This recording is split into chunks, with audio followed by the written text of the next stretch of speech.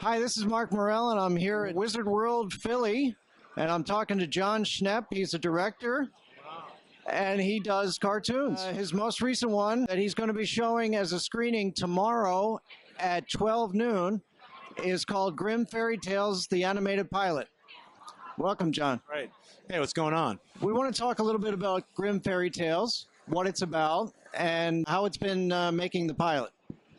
Well, making the pilot's been a really great experience. We raised all the money on Kickstarter to make the pilot. We were asking for $175,000. We got $188,000. We finished the pilot just a few months ago. We did an early premiere at the New York Comic-Con as like a part of a party that Zenescope threw.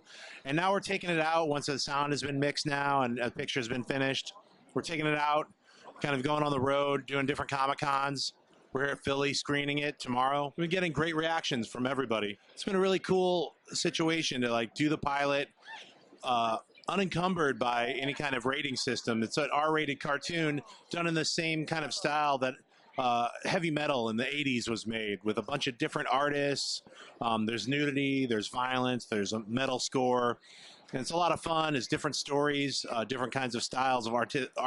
The different artists have done different styles in each of the segments. And that's kind of what we want to do with this series. So it's great, too, as Zenescope went ahead and adapted my adaptation of their comic when I made the animated pilot, and then they took the animated pilot and made an adaptation into a comic book. So I don't know if that's a first, going from like the comic to a pilot back to a comic, but it's been really fun. So yeah, you said it had that heavy metal style, like back from the 80s. Is the music type of thing also that made heavy metal pretty popular? With heavy metal, the musical soundtrack was incredible. We don't have a bunch of different artists from, the year 2013 as part of our soundtrack yet, but that's what I'd like to do once we go into a full series, is have different artists, like I'll handpick different bands to do like either the theme of whatever the episode is. So I'd like to incorporate that kind of like style into the actual cartoon show.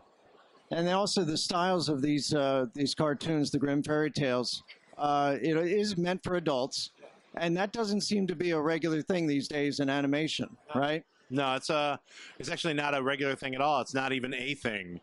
It doesn't exist. Pretty much what's being greenlit right now is shows that involve a nuclear family, that's a comedy, or a weird series of animals that are all hanging out together, and that it's a comedy. So you can't really do anything that's not comedy based. People just don't think it'll sell for some strange reason.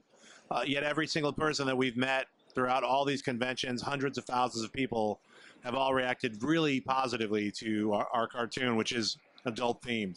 Yeah, and even some of those Warner Brothers cartoons that go right to video, or the ones like The Dark Knight Returns and stuff like that were based on like the graphic novels of Frank Miller and things like that. They usually call them dark. Now, why would they call it dark if it's more based on reality? Well, I mean, something like The Dark Knight, the Frank Miller adaptation, I thought was great. That's one of the DC adaptations, the animated adaptations, that I think they did a stellar job with. It's 2 parts.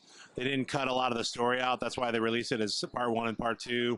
They're really faithful. They added a few flourishes, which I really appreciated. That's one of the things that DC has definitely done right in the adult marketplace, is some of these straight-to-video adaptations. So is that a possibility for Grimm Fairy Tales? Most certainly is. I think we're looking at releasing it online and like letting the actual fans speak by like either purchasing the series episode by episode, or striking a deal with a network that's wanting to take a more of a chance. So I missed out on getting involved in that Kickstarter project last year when it came out. Would there be a possibility of more Kickstarters in the future? It's possible. I mean, right now, I just ran another Kickstarter a few months ago with a Superman Lives documentary that I'm doing, and I'm just having a really good time working within this new field of like crowdsourcing, crowdfunding. I mean, I think there's several other projects that I want to do that I could just take it directly to people who would want to see something that I want to make, and they'll fund it for me, and then I'll make it for them, and it makes everybody happy. So I think that's what my future is going to be, is more of that. All right, I'm looking forward to that future. This is Marc Morrell reporting live from Wizard World Philly Comic-Con, and I'm here with Jon Schnepp, and I want to thank you very much for the interview. Thank you. Right on.